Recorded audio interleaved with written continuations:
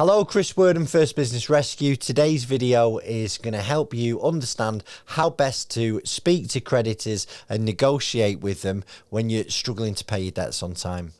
So, if you're watching this channel, it's highly likely that your company is in some type of financial distress. It's highly likely you're getting constant letters, emails, phone calls from suppliers, HMRC.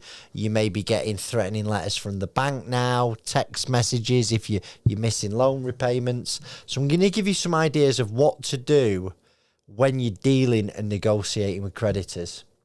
First thing it's important is please don't bury your head in the sand. You know, the ostrich method is used by many directors and it only leads one place.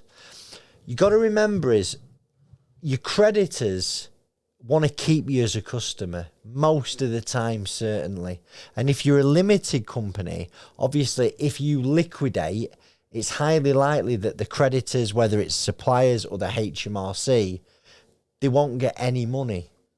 So, first of all, make sure that communication is open and transparent. Now, it's always important that if you can, is to be straight up with the creditor. If you can't afford to pay them, let them know and try and organise some new payment terms. But in order for you to be able to negotiate new payment terms, you really need to understand your numbers. And whatever you do, don't overpromise. It's better to set a payment term that you know you're going to be able to afford. And by all means, tell the creditor you'll review it in 3 months. But know your numbers and go to them with a plan. Now, if they turn that plan down, you may need to have some type of backup plan. And that might involve speaking to an insolvency practitioner.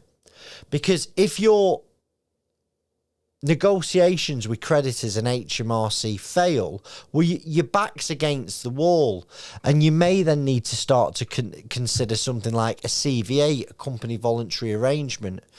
My dog's just come in the room, so if you see him downstairs, this is what a live video does.